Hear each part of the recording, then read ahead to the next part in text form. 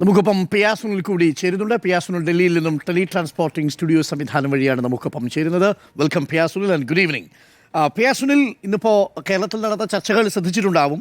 അതിൽ KS രാധാകൃഷ്ണൻ തുടക്കമിട്ടു. സന്ദീപ് വചസ്പതി അടക്കം ഇന്ന് മറുപടി പറയുന്നു. പന്തളം കൊട്ടാരം പ്രതിനിധി അക്കാര്യത്തിലൊരു നിലപാട് പറയുന്നു. മന്ത്രിയും അക്കാര്യത്തിൽ ദേവസ്വം ബോർഡിന് തീരുമാനമെടുക്കാം തന്ത്രിയെ മാറ്റുന്ന കാര്യത്തിൽ. പക്ഷെ ഒന്നും സംഭവിക്കാൻ സാധ്യതയില്ല. നമ്മൾ പ്രതീക്ഷിക്കുന്നത് നാളെ ബ്രഹ്മദത്തനെ തന്ത്രിയാക്കിക്കൊണ്ട് ദേവസ്വം ബോർഡ് തീരുമാനമെടുക്കാൻ സാധ്യതയുണ്ട് എന്നാണ്. പക്ഷേ KS രാധാകൃഷ്ണൻ പറഞ്ഞിരിക്കുന്നത് പോലെ, ഇന്നിപ്പോൾ പന്തളം കൊട്ടാരത്തിൻ്റെ പ്രതിനിധി പറഞ്ഞിരിക്കുന്നത് പോലെ, കാരായ്മയുടെ അവകാശം യഥാർത്ഥത്തിൽ താഴമൺ തന്ത്രി കുടുംബത്തിൽ മാത്രം ഒതുങ്ങുന്നുണ്ടോ? അതൊരു കുത്തകയാക്കി വെച്ചിരിക്കുകയാണ്. അങ്ങനെ കുത്തകയാക്കി വെക്കേണ്ട ആവശ്യമുണ്ടോ? താന്ത്രിക അവകാശം തന്ത്രവിധി പ്രകാരം പഠനം നടത്തിയവർക്ക് കൊടുക്കലല്ലേ മാന്യത?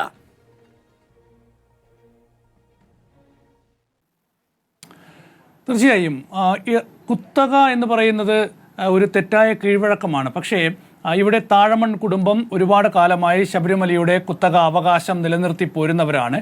അവിടെ തൊടാൻ വിശ്വാസം, ആചാരം എന്നത് ഭയന്ന് ഒരു സർക്കാരും അതിലേക്ക് പോയിട്ടില്ല എന്നുള്ളതാണ്. നോക്കൂ, എത്രയെത്ര ആരോപണങ്ങൾ ഈ തന്ത്രി കുടുംബത്തിനെതിരെ ഉണ്ടായിട്ടുണ്ട്. നേരത്തെ കണ്ടൊരു മോഹനര് അറസ്റ്റിലായ സാഹചര്യമൊക്കെ തന്നെ അറിയാം. അതിൻ്റെ വിശദാംശങ്ങളിലേക്ക് ഞാൻ പോകുന്നില്ല. അന്ന് ജസ്റ്റിസ് പരിപൂർണൻ കമ്മീഷൻ നടത്തിയ പരിശോധനയിൽ ജസ്റ്റിസ് പരിപൂർണൻ പറഞ്ഞത് എന്താണ്?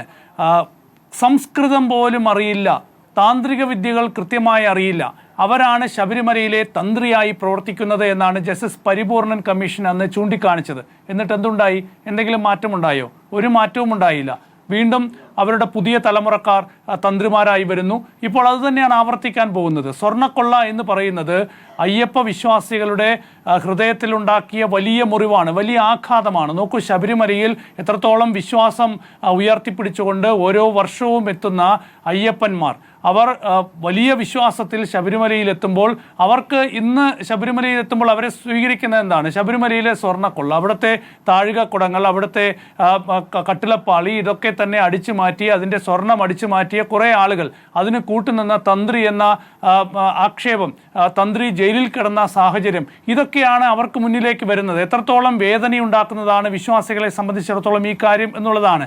അപ്പോൾ കാലഘട്ടത്തിനനുസരിച്ചുള്ള മാറ്റങ്ങൾ ശബരിമലയിലും വേണം എന്നുള്ളതാണ്. നേരത്തെയൊക്കെ തന്നെ സുപ്രീം കോടതി ഈ വിശ്വാസത്തിൻ്റെ കാര്യത്തിൽ ഇടപെടുന്നതിന് പരിധിയുണ്ട് എന്നൊക്കെ പറഞ്ഞുവെങ്കിൽ പോലും ശബരിമലയിലെ പ്രത്യേക സാഹചര്യം കണക്കിലെടുത്ത് ആരും അവിടെ ഇടപെടാൻ തയ്യാറല്ല എന്നുള്ളതാണ്. മുൻപ് ആന്ധ്രാപ്രദേശിൽ സമാനമായൊരു സാഹചര്യത്തിൽ തന്ത്രിയെ മാറ്റിയപ്പോൾ കോടതി ഇടപെട്ട് അത് തടഞ്ഞിട്ടുണ്ട്. അവിടെ സർക്കാരിന് അത് തിരിച്ചടിയേറ്റുണ്ട്. അതുകൊണ്ട് തന്നെ ഒരു സർക്കാരും ഇതിലേക്ക് പോകുന്നില്ല. പക്ഷേ ഇവിടെ ഒരുപാട് സാഹചര്യങ്ങളുണ്ട്. ഒരു തന്ത്രി എന്ന് പറയുന്നത് അത് വ്യക്തിശുദ്ധി എന്ന് മാത്രമല്ല, താന്ത്രിക വിദ്യ, പൂജാകർമ്മങ്ങൾ അറിയുന്നു എന്ന് മാത്രമല്ല, അദ്ദേഹം പാലിക്കേണ്ട ഒരുപാട് കാര്യങ്ങളുണ്ട്.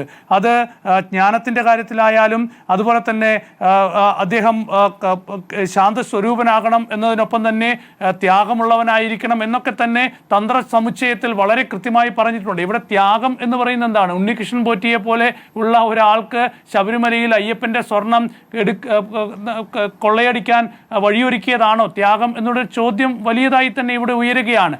ഏതായാലും ഇവിടെ ഇന്ന് ഡോക്ടർ KS രാധാകൃഷ്ണൻ്റെ ആ ഫേസ്ബുക്ക് പോസ്റ്റോട് കൂടി വീണ്ടും ആ പഴയ ചർച്ചകൾക്ക് ചൂട് പിടിക്കുകയാണ്.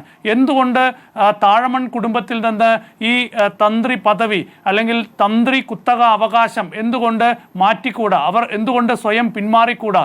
ഇത്രയും ആരോപണങ്ങൾക്ക് നടുവിൽ നിന്നുകൊണ്ട് എന്തൊക്കെ സഹിച്ചാലും അയ്യപ്പൻ്റെ സ്വർണം കൊള്ളയടിക്കാൻ കൂട്ടുനിന്നു എന്നുള്ളത് ചെറിയ കാര്യമല്ല.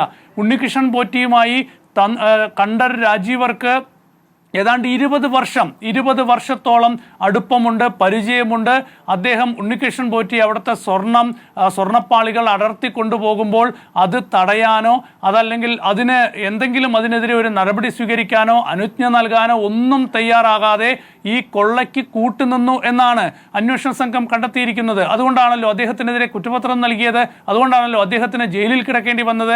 സ്വാഭാവിക ജാമ്യം ലഭിച്ചു എങ്കിൽ പോലും അദ്ദേഹത്തിനെതിരെ ആരോപണങ്ങൾ വളരെ ശക്തമായി തന്നെ നിലനിൽക്കുന്നുണ്ട്. ഇപ്പോഴും അന്വേഷണം തുടരുകയാണ്. അന്വേഷണം തുടരുന്ന ഒരു പശ്ചാത്തലത്തിലാണ് അദ്ദേഹം ഇപ്പോൾ മകനെ തന്ത്രിയായി അവരോധിക്കണം, തന്ത്രിയായി കൊണ്ടുവരണം എന്നാവശ്യപ്പെട്ട് ദേവസ്വം ബോർഡിന് കത്ത് നൽകിയിരിക്കുന്നത്. ദേവസ്വം ബോർഡ് കൈകഴുകിയിരിക്കുന്നു. ഇനിയിപ്പോൾ ഹൈക്കോടതിയാണ് അന്തിമ തീരുമാനം എടുക്കേണ്ടത്.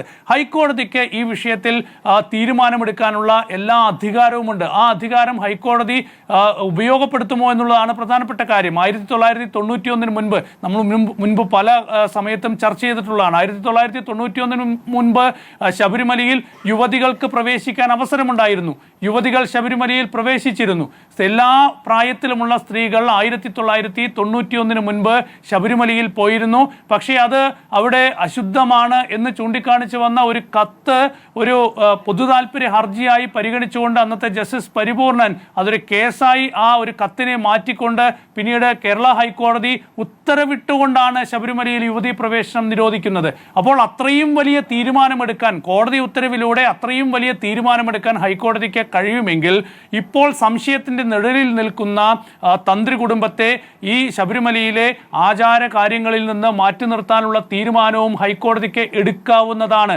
നിയമപരമായി അതിന് യാതൊരു തടസ്സവുമില്ല. അത് കേരള ഹൈക്കോടതി എടുക്കുമോ എന്നതാണ് ഏറ്റവും പ്രധാനപ്പെട്ട കാര്യം എന്ന് പറയുന്നത്. പുരാണങ്ങളിൽ പോലും സംശയത്തിന്റെ ആനുകൂല്യം ആർക്കും നൽകിയിട്ടില്ല. പുരാണങ്ങളിൽ പോലും സംശയത്തിന്റെ ആനുകൂല്യം ആർക്കും നൽകിയിട്ടില്ല. ഇവിടെ സംശയത്തിന്റെ നിഴലിലാണ് തന്ത്രി കുടുംബമുള്ളത്. അപ്പോൾ ഒരുപാട് ജനങ്ങൾ ആഗ്രഹിക്കുന്നത് ഈ തന്ത്രി കുടുംബം തൽക്കാലത്തേക്കെങ്കിലും അഗ്നിശുദ്ധി വരുത്തി അവർ ഈ ആരോപണങ്ങളുടെ നിഴലിൽ നിന്ന് മറികടന്ന് അവരുടെ നിരപരാധിത്വം തെളിയിച്ചു വരണം എന്ന് വിശ്വാസികൾ ആഗ്രഹിക്കുന്നുണ്ടെന്ന്. അതാണ് പലരും ഇക്കാര്യം ചൂണ്ടിക്കാണിക്കുന്നത്. അതുകൊണ്ട് തന്നെ ഈ വിഷയത്തിൽ തന്ത്രി കുടുംബം തന്നെ സ്വമേധയാ ഒരു തീരുമാനത്തിലേക്ക് പോകണം. അതല്ല എങ്കിൽ തന്ത്രി കുടുംബത്തെ മാറ്റി നിർത്താനുള്ള തീരുമാനം ദേവസ്വം ബോർഡ് എടുക്കില്ല. ഏതായാലും ഇപ്പോൾ വ്യക്തമായി. ഇനിയിപ്പോൾ കേരള ഹൈക്കോടതിയെങ്കിലും എടുക്കുക തന്നെ വേണം എന്നുള്ളതാണ്. കുത്തക അവകാശം എന്ന് പറയുന്നത് പുതിയ കാലഘട്ടത്തിൽ നിലനിൽക്കുന്നതല്ല. നോക്കൂ, യുവതീ പ്രവേശനവുമായി ബന്ധപ്പെട്ട് എന്തൊക്കെ സംഘർഷങ്ങളാണ് ശബരിമലയിൽ ഉണ്ടായിട്ടുള്ളത്.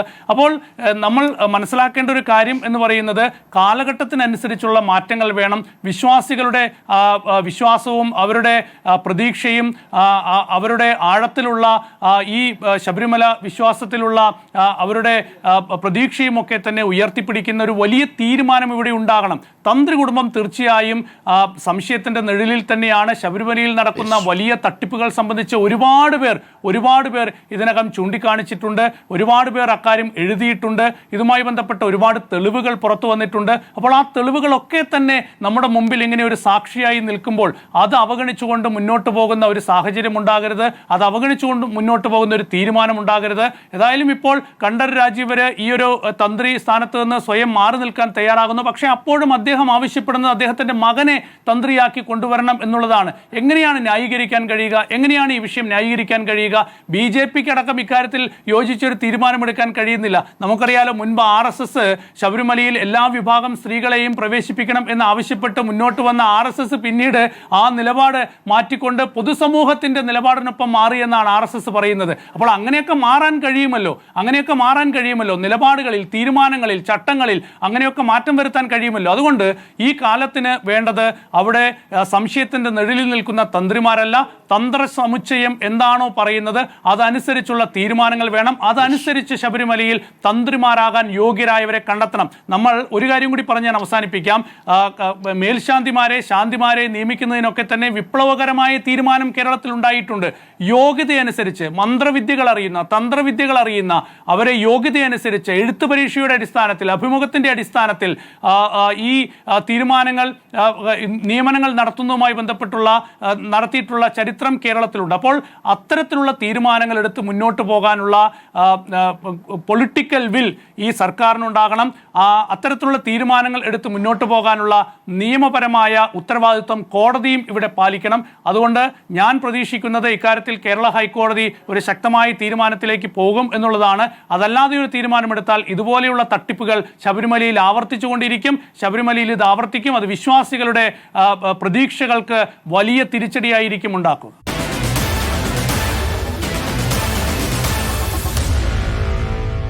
Meet the editors.